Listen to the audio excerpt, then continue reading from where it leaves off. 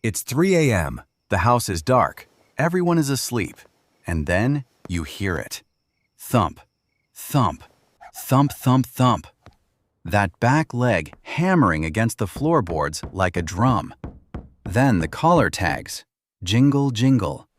Then the sound that's somehow worse than all of it. The wet, frantic slurp, slurp, slurp of your dog chewing at their own paw like they're trying to get something out from under the skin. You lie there in the dark with your eyes open. You already know how the rest of the night goes. And when you finally give up and turn on the lamp, there they are, looking up at you. Pink belly, flaky little snowdrifts in the fur, a raw patch behind the elbow that wasn't there last week, and that look on their face that says, "I don't know why this is happening either. Can you fix it?" And here's the part that really gets you. You have tried. You've got a graveyard under your bathroom sink, the oatmeal shampoo, the anti-itch spray that smelled like a hospital, the advanced formula bag of food that cost $90 and gave your dog gas that could clear a room. Maybe the supplement that had 4,000 five-star reviews. You spent hundreds of dollars, and some of it even worked, for about a week. 10 days if you were lucky. And then the itching came back, raging, like it had been waiting for you to let your guard down. So you start wondering if it's you, if you're missing something obvious, if you're just not doing enough. But what if I told you that you're not failing at this at all? What if the reason nothing has lasted has nothing to do with which spray you bought, or which shampoo you picked, or how hard you're trying? What if I told you the itch you're fighting isn't the problem? It's the smoke alarm. And here's the part that changes everything. There's a 3-week window built right into your dog's body, a window that opens over and over again for the rest of their life, whether you use it or not. And once you understand what that window is, you stop chasing flare-ups, and you start building something that makes them far less likely to come back at all. Stay with me, because in about 6 minutes, I'm going to show you exactly what's happening under that fur. And I promise you, you are going to look at your best friend completely differently. Hi everyone, I'm Dr. Ben Carter, your neighborhood veterinarian. And I want you to know something right up front. Itchy skin is one of the most common things pet parents ask me about. It is, genuinely, one of the top reasons dogs walk through my door. I have sat across the exam table from so many people who say almost the exact same sentence, word for word. They say, "Dr. Ben, I feel like I've tried everything." And they say it while apologizing, while looking at the floor, like they've done something wrong. So let me get this out of the way. There's no guilt in my clinic, only education and love. You did not cause this. You have been doing the best you can with the information you had at 3 a.m. on the internet, exhausted. That's not failure, my friends. That's love with bad instructions. Today, I'm giving you better instructions. Here's where we're going. First, I'm going to show you the trap, the one cycle almost every pet parent gets stuck in, and why it guarantees the itching comes back. Second, I'm going to give you the reveal, what your dog's skin is actually doing every 3 weeks, and why that's the most hopeful thing I can tell you. And third, we're doing the plan itself, what you do tonight for relief, and what you do over the next 21 days so you're not doing this again next month. If you find yourself nodding along today, do me one favor and hit that subscribe button before we get into it, because this is the kind of thing I cover every single week. And honestly, go grab a notebook. There are numbers coming, and you're going to want them. Now, let's talk about the trap. I call it the firefighting cycle. Picture this. Your house has a fire. You grab the extinguisher, you put it out, and you feel like a hero. Because you are. Fire's gone. Then 2 weeks later, another fire. You put that one out too. Then another. And another. And pretty soon, your whole life is fire extinguishers. You've got one in every room. You sleep with one. You've become an incredibly skilled firefighter. But here's what nobody's told you. Nobody has ever gone into the walls and looked at the wiring. You are absolutely brilliant at putting out fires, and the house is still burning down, one room at a time. That's the itch. Every spray, every medicated bath, every quick fix, those are extinguishers. And listen to me carefully, because this is important. Extinguishers are good. You need them. When your dog is miserable and raw and can't sleep, putting the fire out is exactly the right thing to do. Same goes for prescription medications. Medications like Apoquel and Cytopoint are genuinely life-changing for dogs with severe allergies. I have seen them give dogs their lives back. If your dog is on something your vet prescribed, please keep giving it exactly as prescribed, and never stop or skip a medication because of something you heard in a video, including mine. Talk to your vet about what's right for your dog. Those tools manage the symptom, and managing the symptom matters enormously when your best friend is suffering. But an extinguisher was never designed to fix the wiring. So you weren't treating the wrong dog, my friends. You were treating the wrong problem. And I'd add one more thing that isn't optional ever: your parasite prevention. Fleas and mites cause itching that no diet on earth will fix. Everything I'm about to give you works alongside your vet-recommended flea and tick prevention, not instead of it. Please keep that up year-round. So what's actually in the walls? Let's find out. And I want you to do something with me right now. If your dog is near you, go put a hand on them. Gently push your fingers backwards through the fur along their back, against the direction it grows, and look at the skin underneath. Are you seeing little white flakes? Is the skin grayish or dull or slightly greasy? Now, and this is my favorite one, lean down and gently smell their paws. Go ahead. If you're getting a warm, yeasty corn chip smell, hang on to that. And take a look at the belly. Salmon pink is one thing. Angry, hot, brick red is another. Here's what those things are telling you. Your dog's skin is not a wrapper. It's a wall. Think of it like a brick wall, where the skin cells are the bricks and the natural oils and fats are the mortar holding them together. When that mortar is strong, the wall keeps the world out. Pollen, dust mites, grass, yeast, bacteria, they bounce right off. But when the mortar gets thin and crumbly, gaps open up. And now every ordinary thing in your dog's environment walks straight through the wall and lights the immune system on fire. That's the itch. The itch isn't your dog's skin being dramatic. It's your dog's skin being unarmed. And the second half of the story is one nobody expects. A huge portion of your dog's immune system lives in their gut. Many vets now believe, and emerging research increasingly suggests, that the balance of bacteria in the gut helps set how reactive that immune system is. Think of the gut as the training academy for your dog's immune soldiers. When the academy is calm and well run, the soldiers respond appropriately. When it's chaotic, they come out twitchy, and they open fire on a blade of grass. I see this story in my exam room constantly, so let me paint you the pattern. Picture a golden doodle, maybe 4 years old, joyful, ridiculous, one ear inside out. And picture his person sitting there with a shoebox, an actual shoebox full of every product she'd tried. She's exhausted. She tells me she's rewashed the bedding 6 times. She tells me she's stopped having people over because she's embarrassed by the smell. And the thing she says last, quietly, is the thing I hear over and over. I think I'm just bad at this. She wasn't bad at this. She was firefighting.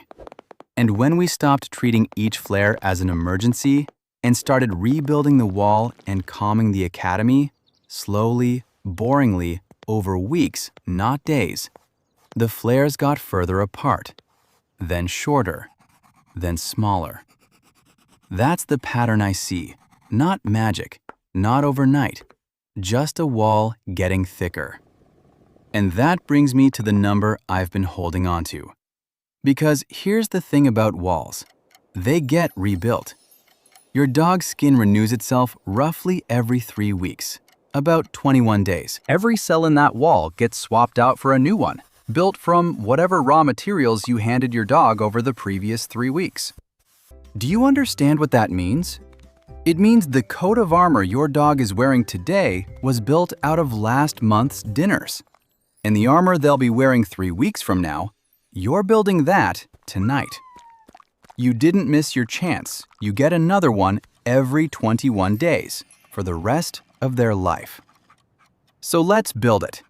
Step 1 is outside, and it's tonight. Because before we fix anything, your best friend needs to stop being miserable. Let's start with the oatmeal bath, because it is the single most underrated thing in your kitchen. Oats contain compounds called avenanthramides, and the simple version is this. They're like a soft blanket laid over an angry, exposed nerve ending. They don't kill anything, they just quiet everything down. Now, most people do this wrong. They dump whole oats in the tub, the oats float, the dog gets a spa salad, and the drain gets clogged. That's not it. Here's the correct way. Take 1 cup of plain, unflavored rolled oats. No sugar, no cinnamon, no maple brown sugar packets, plain only. Put them in a blender or coffee grinder and run it for about 60 seconds until it's a fine, silky powder like flour. Rub a pinch between your fingers. If it feels gritty, keep going. Now, fill your tub with lukewarm water, and I mean lukewarm, right around body temperature, cool enough that it feels neutral on the inside of your wrist. Hot water opens blood vessels and makes itching worse, every single time. Stir your oat powder in until the water looks like thin milk. Then get your dog in there and let them soak for a full 10 minutes. Not 2, 10. Set a timer on your phone, sit on the floor, and use that time to cup water over their belly, their armpits, between their toes, all the places that never get wet in a normal bath and are exactly where the fire is. Then rinse with lukewarm water, and here's the part everybody gets wrong. Pat dry. Pat. Don't rub. Rubbing a compromised skin barrier with a towel is like scrubbing a sunburn. And make sure they're properly dry, especially in the skin folds and armpits, because damp skin is a yeast party. If you don't have a blender, no problem at all. Put the whole oats in a clean sock or a knee-high stocking, tie it off, and let it steep in the warm tub like a giant tea bag, squeezing it every so often. Costs you nothing. Works beautifully. And if you don't have a tub, you can make a strong oat tea in a pitcher and pour it slowly over your dog in the shower. Now, my vet warning on this one. Do not use an oatmeal bath as a way to avoid seeing your vet if the skin is broken open, weeping, bleeding, or has a foul odor. That's not itchy skin anymore. That's an infection. And infection needs a diagnosis. And please, no human bubble bath, no dish soap, no just a little of your shampoo. Human products are the wrong pH for dog skin, and they strip out the exact mortar we're trying to protect. Second thing you can do tonight. Coconut oil on a specific spot in a specific amount, not slathered over the whole dog. Think of it as spackle for a small crack in the wall. Take a truly small amount. For a small dog, about the size of a pea. For a large dog, no more than about half a teaspoon. Warm it between your palms until it melts, and massage it into that one dry, flaky, angry patch behind the elbow or on the belly. Massage for a minute so it soaks in rather than sitting on top. Do this after the bath, when the skin's still slightly soft. Here's the vet warning, and it's a real one. Only on intact skin.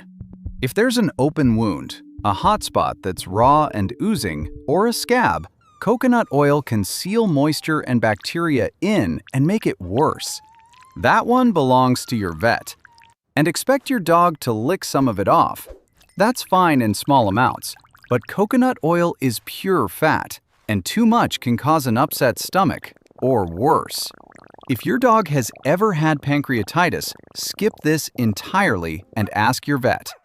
Also, if you're going to do this, do it before bed and let them settle, or you'll have a greasy dog on your cream sofa, and I will not be the one explaining that.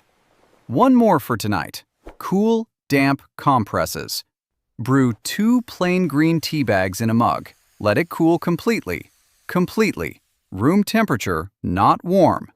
Soak a clean washcloth and hold it against the hottest, itchiest patch for 5 minutes. It's not a treatment, it's comfort. And at 3 a.m., comfort counts. But this only fixes the outside. Now we have to fix the inside so it doesn't come back. Step 2. This is the part that actually rebuilds the wall, and it's where your 21 days come in. First, the mortar itself. Omega-3 fatty acids.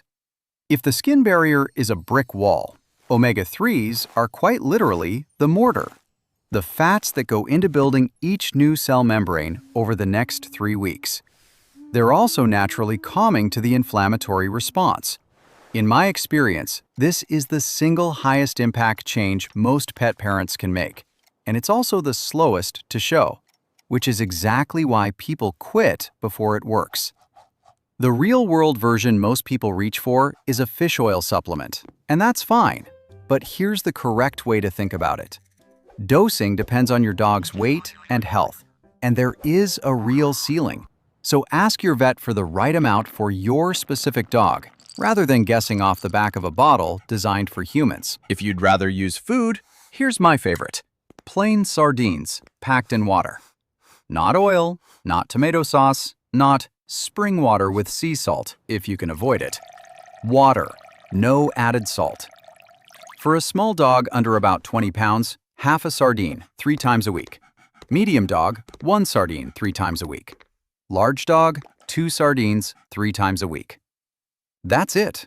That's the whole protocol. And yes, the bones are soft and safe in canned sardines. That's part of the point.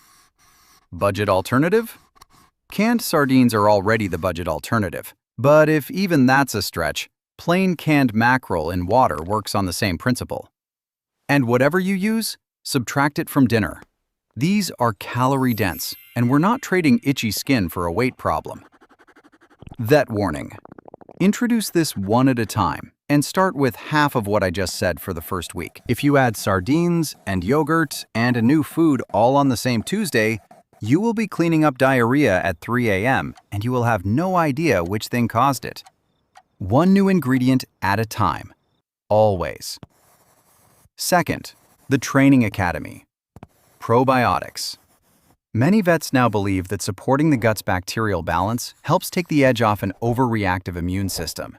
This is an area where the science is still developing, so I'll frame it as what I see clinically rather than as settled fact. But it's cheap, it's safe, and I've watched it help. The kitchen version is plain, unsweetened yogurt or plain kefir with live active cultures. The correct way: 1 teaspoon per 10 pounds of body weight, once a day, mixed into food. So a 40-pound dog gets about 4 teaspoons. Start with half that for the first 3 days. If you want a budget alternative, kefir is often cheaper per serving and has a broader range of cultures. Now, here is the most important vet warning in this entire video, so please put down whatever you're holding. Read the label. If that yogurt contains xylitol, sometimes labeled as birch sugar, do not let it anywhere near your dog. Xylitol is genuinely toxic to dogs, and even small amounts can be a life-threatening emergency. It hides in anything marketed as light, sugar-free, no sugar added, or keto. Plain, full-fat, unsweetened. Nothing else. And if your dog is lactose intolerant, you'll know within a day. Stop and ask your vet about a proper canine probiotic supplement instead. Third, what goes in the bowl the other 21 meals a week? And I want to be careful here because I'm not going to tell you your kibble is poisoning your dog. That's not true, and I won't say it. Plenty of dogs live long, joyful lives on good quality dry food. But dry kibble is, by design, shelf-stable. And shelf-stable and living nutrients are somewhat at odds. Fragile fats oxidize. Fragile nutrients degrade. So I'm not asking you to throw the bag out. I'm asking you to upgrade it. The correct way is what I call a topper, not a transition. Keep your kibble. Add roughly 10 to 20% fresh food on top. Not more. You don't want to unbalance a formulated diet. What goes on top? A tablespoon of plain canned pumpkin. Pure pumpkin, not pie filling, which is loaded with sugar and spices. A small handful of blueberries, which are little antioxidant packages your dog will chase across the kitchen floor. A few tablespoons of bone broth to make the whole bowl irresistible. And on bone broth, my warning. Almost every bone broth on a grocery shelf contains onion or garlic. Both are genuinely toxic to dogs, and there's no safe seasoning shortcut here. If you buy it, it has to be a no onion, no garlic, no salt added product. Read the ingredients every single time because brands change. If you make it yourself, it's water, bones, and a splash of apple cider vinegar, nothing else. And skim the fat off the top before you serve it. Which brings up apple cider vinegar, since people ask me constantly. It can be useful as a rinse. 1 part vinegar to 10 parts water, sprayed on itchy paws after a walk to rinse off pollen, but only on intact skin. If your dog has any open scratch, any raw spot, any broken skin, it will burn, and your dog will never forgive you or that spray bottle again. Test on a small area first, and never near the eyes. Now, I need to have the honest conversation with you, because this is where home care stops and your vet begins. And I would be doing you a disservice if I let you think an oatmeal bath fixes everything. Please stop and call your veterinarian if you see any of these. Skin that's broken, weeping, bleeding, or crusting over. A hot spot. That's a raw, wet, painful patch that seems to double in size overnight. A genuinely bad, sweet, or musty odor coming off the skin or the ears. Hair loss in symmetrical patches on both sides of the body, which can point to a hormonal issue that no diet will touch. Any dog scratching so hard they're injuring themselves or can't rest at all. Recurring ear infections, because ears and skin are the same conversation. Sudden facial swelling, hives, vomiting, or any trouble breathing. That's an emergency. That's right now. That's your nearest emergency hospital, not a video. And here's the honest part. Skin disease is one of the hardest things to diagnose by looking. Fleas, mites, food sensitivities, environmental allergies, yeast, bacterial infection, thyroid problems. They can all look almost identical under the fur. Your vet has skin scrapes, cytology, and blood work. I have a camera. Please use them. Everything I've given you today makes their job easier, not unnecessary. And I'll say it once more. None of this replaces your parasite prevention, and none of it replaces a medication your vet has prescribed. All right, my friends, let's put it all together. This is the 21-day Skin Armor Plan. Step 1. Tonight, the 10-minute lukewarm oatmeal bath. 1 cup of blended plain oats. Pat dry, never rub. Comfort first. Step 2. Tonight, a pea to half a teaspoon of coconut oil massaged into 1 dry patch, intact skin only. Step 3. Starting tomorrow, omega-3s. Sardines packed in water. Half a sardine for small dogs, 1 for medium, 2 for large, 3 times a week. Or ask your vet for the right fish oil dose for your dog's weight. Step 4. 1 week later, probiotics. 1 teaspoon of plain, unsweetened, xylitol-free yogurt or kefir per 10 pounds daily. And read that label. Step 5. Ongoing. Upgrade the bowl. 10 to 20% fresh on top. Pumpkin, blueberries, clean bone broth. 1 new thing at a time.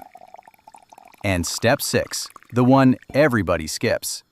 Give it 21 days before you judge it. Because you are not treating the itch. You are building the next coat of armor. and it takes 3 weeks to grow. Mark the date on your calendar right now. But listen, you don't have to do all of this tomorrow. Please don't try. Pick just one thing from this video. 1. If your dog is miserable tonight, make it the oatmeal bath. If you're planning ahead, make it the sardines. One thing done for 21 days will do more for your best friend than 6 things done for 4 days and abandoned. And I want to say one more thing before you go. The fact that you watched this entire video, that you sat through the numbers and the warnings and the boring parts, proves how much you love them. And trust me, my friends, they know it. They knew it at 3 a.m. when you turned the lamp on. They knew it when you got out of bed one more time. Your dog cannot tell anyone what's wrong. They can't read the label. They can't call the clinic. You are your dog's only advocate, and you have been showing up for them this whole time, even when it wasn't working. So here's what I want for you. 3 weeks from now, I want it to be 3 a.m. in your house, and I want it to be quiet. No thump, no jingle, no slurp. Just the sound of your best friend sprawled out sideways, dead asleep, dreaming about something ridiculous. That's the goal. That's the whole thing. And it can absolutely help them thrive well into their senior years. Now, here's my question of the day, and I really do want to know. What's your dog's name, and which step are you trying first? Drop it in the comments right now, name and the step. I read as many comments as I possibly can, and I want to hear how day 21 goes. If this helped, hit that like button. It sounds small, but it's how this channel reaches more dogs, and that's the entire mission here. Subscribe so you don't miss the next one. And if you know someone who's been fighting this same battle, the shoebox of failed products, the exhausted 3 a.m. person, share this with them. You might just change their dog's life. Give your dog a gentle scratch behind the ears for Dr. Ben. Stay safe, trust your instincts, and I'll see you in the next video.